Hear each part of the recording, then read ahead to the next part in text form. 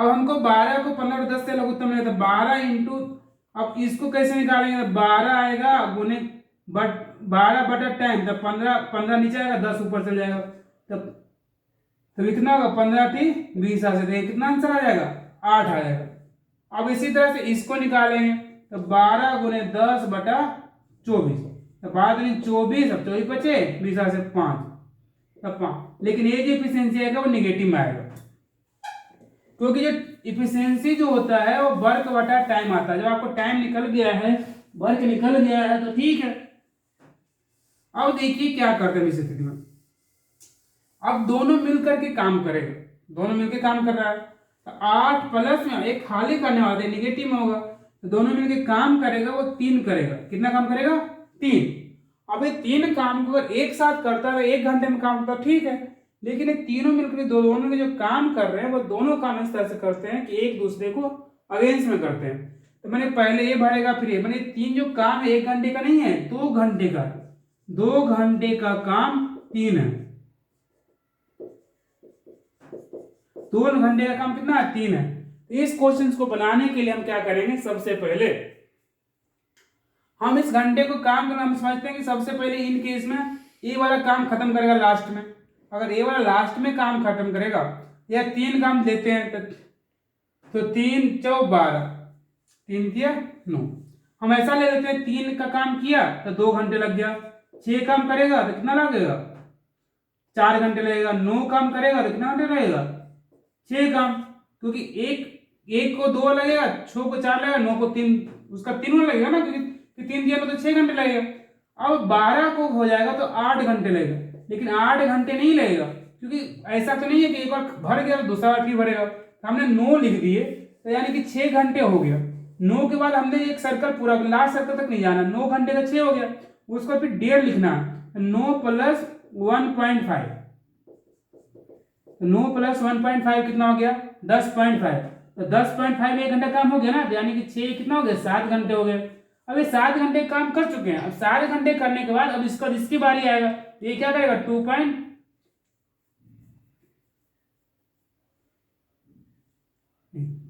9 घंटे का काम हो चुका है 3,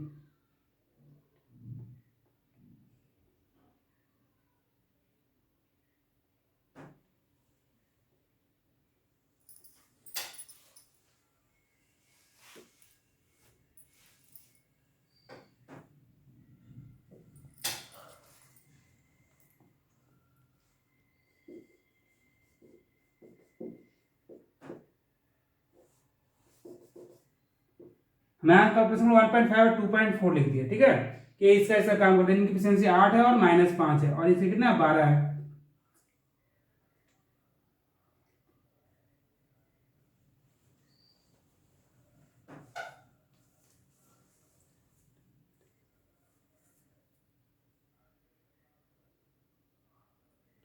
क्वेश्चन फिर से क्या करते हैं, एक घंटे और 1.5 में खाली कर सकता है। अच्छा ये तो आसान तो है। अब यहाँ देखिए क्या है, हमें क्वेश्चन तो ये 12 पूरा काम था, 12 काम को 8 किया फिर 5 किया, तो दोनों मिलकर 3 काम करता है। अब देखिए कि 12 काम को पहले 3 किया, पहले घंटे में क्या किया, पहले घंटे में कितना काम होगा, पहले घंटे में होगा काम वो होगा, तो हम ज्यादा सोच लेते, पहले घंटे में काम 8 होगा, दूसरे घंटे में कितने काम होगा, दूसरे घंटे में 5 निगेटिव हो गया, 8 5 कितना हो जाएगा 3 बच जाएगा। अब ये 3 काम को फिर पहले वाला करेगा, तब फिर तीसरे घंटे में कितना होगा प्लस में हो जाएगा, तब प्लस में 3 कितना हो जाएगा, तो 8 + 8 हो जाएगा 11 हो जाएगा। अब 11 हो जाएगा, लेकिन चौथे घंटे में क्या होगा, चौथे घंटे में हो जाएगा 11 और -5, तो कितना बच जाएगा 11 में से 5 जाएगा 6 बच जाएगा। लेकिन काम करना है पूरा 8, अब 5वें घंटे में चाहिए, तब 5वें घंटे में अगर पूरा काम करेगा तो 8 से 14 टंकी ओवरफ्लो हो जाएगी। तो हमको करना कितना है 5वें घंटे में, ओनली 2 करना है, क्योंकि ये 8 काम कर सकता है, लेकिन 6 काम हो चुका है, दोनों एक दूसरे को 1 मिनट करते 6 काम कर दिए, यानी 4 घंटा पूरे हो गया। लेकिन 5वें घंटे नहीं चाहिए, 5वें घंटे में ओनली 2 काम करना, 2 काम करना है, तो 2 वर्क बटा क्या होता है एफिशिएंसी, तो 2/8। लेकिन ज्यादा एफिशिएंसी को घंटा में, इसको मिनट बनाने के 60 से भागा दे दिए, तो 2 चौ 8, 15 चौ 60, यानी कि 4 घंटा तक दोनों मिलकर काम किया है। पहले घंटे किया, दूसरे घंटे किया, तीसरे घंटे किया, चौथे घंटे किया, यानी जो टोटल जो टाइम आया है वो आया है 4 घंटा और 40 मिनट। समझ गए? कह रहा है कि यहाँ जो टाइम है 1 1.5 घंटे में भर सकता है, 1 2.5 घंटे में खाली कर सकता है। निगेटिव में हमने दोनों को एफिशिएंसी निकाल लिए। पहले वर्क निकाले तो वर्क आया 12, वर्क कितना आया 12 निकालने के बाद एक का एफिशिएंसी आया 8, एक का एफिशिएंसी आया -5, दोनों को माइनस करके 3 आया, लेकिन उससे चलने की जरूरत नहीं। हमने कहा पहले घंटे में काम करेगा, एक काम करेगा, खाली टंकी को भरेगा तो 8 करेगा, लेकिन जैसे ही भरता दूसरे घंटे वाला उसको खाली करने के लिए कर सकेगा तो -5 निगेटिव कर तो बच गया 3। अब 3 में तीसरे घंटे में क्या करेगा कि फिर से उसको भरेगा, तो थोड़ा सा रीजनिंग की समस्या है। 3 + 8 कितना हो गया 11 हो गया। अब ये तो 11 हो गया, लेकिन अब क्या कर रहा है कि चौथे घंटे में फिर वो निगेटिव वाला काम करता है, वो 5 फिर निगेटिव करता है, 6 बच गया। अब क्योंकि हमको भरना था 12, अगर यहाँ पर 12 हो जाता कंप्लीट तीसरे घंटे में हो जाता, लेकिन भरा नहीं, तो जिसकी बारी है वो तो अपना काम करेगा ना। तो चौथे घंटे वो 5 खाली कर दे 6, लेकिन हमें भरना कितना है 8। अब 12 में से भी मैंने गलत की। अब 12 में से इसको 8 भरना है, लेकिन काम कितने बच रहे हैं 4, तो 4 भर रहे हैं, तो 4 यहाँ होगा। तो जो काम है वो लिखेंगे ना 4/8, क्योंकि 12 में से 6 हो चुका है, तो सॉरी 12 में से 6 हो गया, तो काम बचा कितना 6 बचे, और यहाँ काम है 8 कर सकता, ज्यादा ओवर, तो 6/8 होगा, 6/8 और गुने 60, अब 15 चौ 60, 4 दूनी 8, 15 3 दूनी 6, यानी कि 45 मिनट आएगा। 4 घंटा 45 मिनट है। कितना सा दे रहा है, ये दे रहा है, वो क्या दे रहा है।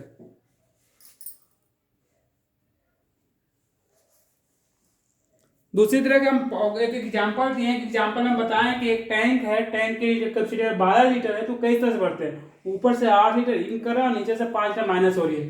तो पहले टाइम में वही 8 लीटर भरेगा, फिर दूसरी बार में वो 5 लीटर खाली कर 3 लीटर बचेगा, फिर इस तरह से खाली होगा। तो ये जो प्रोसेस होगा एक के बाद होगा एक। जो एग्जाम में जो क्वेश्चन को जो सोल्यूशन के टाइम में दिया वो 100% गलत है, और आप इस क्वेश्चन को सोल्यूशन को ना माने, इस तरह से बनाएंगे तो आपको मार्क्स आएंगे, नहीं तो एग्जामिनर इसको क्या करेगा कट कर देगा नंबर। और इसका सही आंसर होगा 4.75 डी नंबर इसका आंसर सही होगा। आप इसको डी बनाइएगा, और इसी तरह से। ठीक है, हम व्हाइट बोर्ड साफ करते हैं। अब आते हैं क्वेश्चन नंबर 51। 51 क्या कर रहा है, एक त्रिभुज का आधार त्रिभुज के बराबर क्षेत्रफल वाला समांतर चतुर्भुज का आधार को 5वां हिस्सा है। समांतर चतुर्भुज से त्रिभुज का ऊंचाई का अनुपात क्या कीजिए। अब देखिए कर रहा है दो चीज, एक त्रिभुज है और एक समांतर चतुर्भुज है, इस तरह से। अब कह रहा है कि दोनों का जो एरिया है वो बराबर है। अब एरिया तो बराबर है, लेकिन और क्या कर रहा है कि त्रिभुज का आधार त्रिभुज के बराबर क्षेत्र वाला समांतर त्रिभुज का आधार का 5वां हिस्सा है। अब दोनों का आधार, अगर इसका आधार ए है तो ए जो कह रहा है कि क्या समांतर चतुर्भुज के आधार का 5वां हिस्सा, यानी इसका आधार 5 ही होगा, या नहीं तो इसका ए है तो इसका 1/5 ही होगा। अब कह रहा है तो त्रिभुज की ऊंचाई एच टी लिखते हैं, ट्रिएंगल से टी, और एच क्वाड्रिलेटरल क्यू हमने लिख दिए। दोनों का क्या रेशियो है, तो आपको सिंपल सा फॉर्मूला होना चाहिए कि त्रिभुज की area of triangle equal to होता है 1/2 इंटू बेस इंटू हाइट। ये हो गया, कोई बात नहीं। और एरिया ऑफ क्वाड्रिलेटरल किसी भी तरह का, चाहे लंबाई अधिक, समांतर चतुर्भुज हो, चाहे वर्ग हो, चाहे समलंब, सबका ही होता है 1/2 बेस इंटू हाइट होता है। क्या होता है, बेस इंटू हाइट। अब ये दोनों एरिया क्या है, बराबर है। हम नहीं लिख सकते 1/2 बेस, तो इसका ए है और हाइट इसकी क्या है एच टी है, इक्वल टू बेस इसका कितना है 5a है और हाइट इसका क्या है एच क्यू लिख दिया है। अब ए से ए हो जाएगा कैंसिल, और H T by H Q हो जाएगा 5 दूनी 10। अब क्या है, किसका ट्रिएंगल का क्वाड्रिलेटरल, किसका रेशियो पूछ रहा है, तो कह रहा है कि समांतर चतुर्भुज और त्रिभुज की ऊंचाई का क्या होगा। तो यानी कि समांतर चतुर्भुज का कि हाइट क्वाड्रिलेटरल का बाय ट्रिएंगल का, यानी 10/1 यानी 1/10 अपोजिट हो जाएगा, यानी 1:10 होगा। क्योंकि H T by H Q 10/1 आ गया, लेकिन पूछा H Q by H T पूछ रहा है, अपने क्वाड्रेटर का पहले ट्रायंगल का बाद में, तो उस रेशियो में जाएगा 1:2। इनको क्वेश्चन को पढ़िएगा कि रेशियो में पूछ किस पर है, पहले ट्रायंगल पूछा है पहले क्वाड्रेटर पूछ रहा है। अगर पहले ट्रायंगल पूछा है तो पहले ट्रायंगल का हाइट रखेंगे, अगर पहले क्वाड्रेटर का पूछ रहा है तो क्वाड्रेटर का रखेंगे। यहाँ पर बोल रहा है कि पहले समांतर चतुर्भुज बोल रहा है, बाद में त्रिभुज बोल रहा है, इसलिए हम पहले समांतर चतुर्भुज रखेंगे, बाद में त्रिभुज रखेंगे। अब इस तरह से क्वेश्चन में कितना था 51 नंबर 51 नंबर बता दिए। क्वेश्चन तो बहुत आसान था। अब हम आते हैं क्वेश्चन नंबर 52 नंबर पर। क्वेश्चन नंबर 52 क्या है, हम इसको एक बार पढ़ते हैं। एक बॉक्स में पेन पेंसिल और रबर का अनुपात 20 है। यदि हर एक पेन पेंसिल रबर का मूल्य इतना रुपया है तो डिब्बे पर खर्च की राशि इतना, बॉक्स में पेनों की संख्या ज्ञात कीजिए। बहुत आसान है। देखिए हम इस तरह से एक तरफ से लिख देते हैं नंबर लिख देते हैं, क्या लिख देते हैं एक तरह से नंबर लिख देते हैं। तो नंबर में क्या है, बॉक्स में पेन है और क्या है पेंसिल है और क्या है इरेजर है। अब इरेजर है, अब नंबर किसके किसके है, ये नंबर पेंसिल का अनुपात है नंबर में 3, 2 और 1, और इनका जो कॉस्ट है वो कॉस्ट भी दिया हुआ है। कॉस्ट दिया हुआ है कितना कितना दिया हुआ है 3, 2 और 2। हमने दोनों को मल्टीपल कर दिया टोटल के लिए। अब टोटल के लिए मल्टीपल कर दिया 3 दिया 9, 2 2 नहीं 4, 2 एकम 2। अब आ गया, अब यहां पर दिया हुआ किसका टोटल कॉस्ट कितना 930 है। तो बताइए कि पेन की संख्या number of pen, the number of pen क्या होगा जी, द नंबर ऑफ पेन क्या होगा। एकदम सिंपल सी बात थी, हमने नंबर लिख दिया, नीचे कॉस्ट दोनों को मल्टीपल लिख दिए। अब इसी के मल्टीपल मिलकर चले, नंबर ऑफ पेन पूछ रहा है तो पहले 930 दिया हुआ था मल्टीप्लाई, इसको रेशियो नहीं निकालना कभी नहीं, तो 930 हो गया। अब पेन का नंबर कहाँ है, ये है 3, तो 3 हो गया, और ये दोनों को मल्टीपल है तो कॉस्ट तो हमेशा टोटल होगा, नंबर और कॉस्ट का मल्टीपल। तो 9 4 13 2 कितना जाएगा 15, अब 15 से कटेगा 15 6 का 90, 15 2 3 62, तो कितना आएगा 186 आएगा। सिंपल से बहुत रेशियो के हिसाब से बना दिए 186। अब आ गया कि नहीं आ गया 186। अब देखिए इस क्वेश्चन को 186 आ गया तो सी नंबर इसका आंसर है। क्या दिक्कत है, कोई दिक्कत है नहीं, हमने रेशियो से इसको बनाने की रेशियो का क्वेश्चन भी था।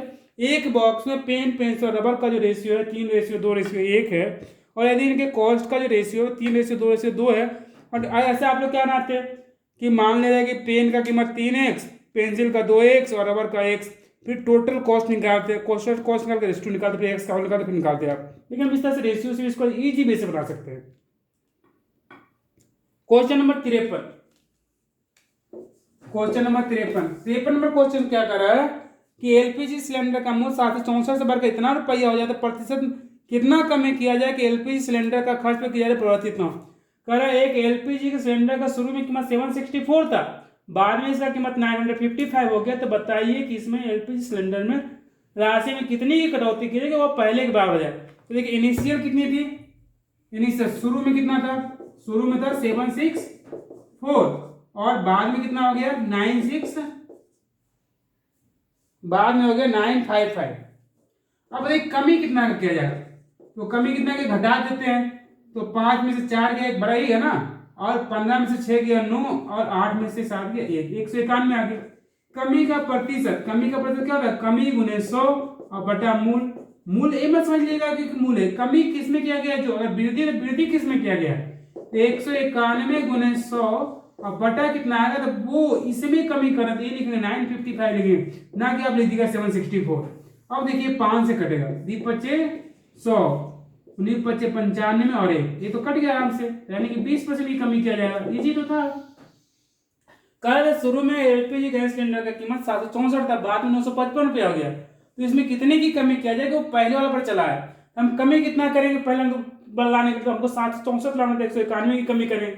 कमी का प्रतिशत तो कमी गुने 100 बटा मूल, 191 गुने 100 बटा मूल, मूल कितना है, कमी किसमें कितना 955 में, इसका आंसर कितना आएगा 20%। बहुत आसान है। अब देखिए 54 चलते हैं। 7605 धनराशि की राशि 13% वार्षिक दर से 4% निवेश कीजिए, ब्याज सहित प्राप्त होने वाली कुल राशि ज्ञात कीजिए। हम इस क्वेश्चन को एग्जाम की तरह बनाते हैं, क्योंकि हम अब इस क्वेश्चन को हम चाहते नहीं बच्चों जैसा बनाए। अब देखिए क्या कर रहा है क्वेश्चन, कह रहा कि 6050 रुपया है और इसमें 13% से बढ़ाना है और 4 वर्ष तक निवेश की गई है, माने 4 साल बाद क्या मिलेगा।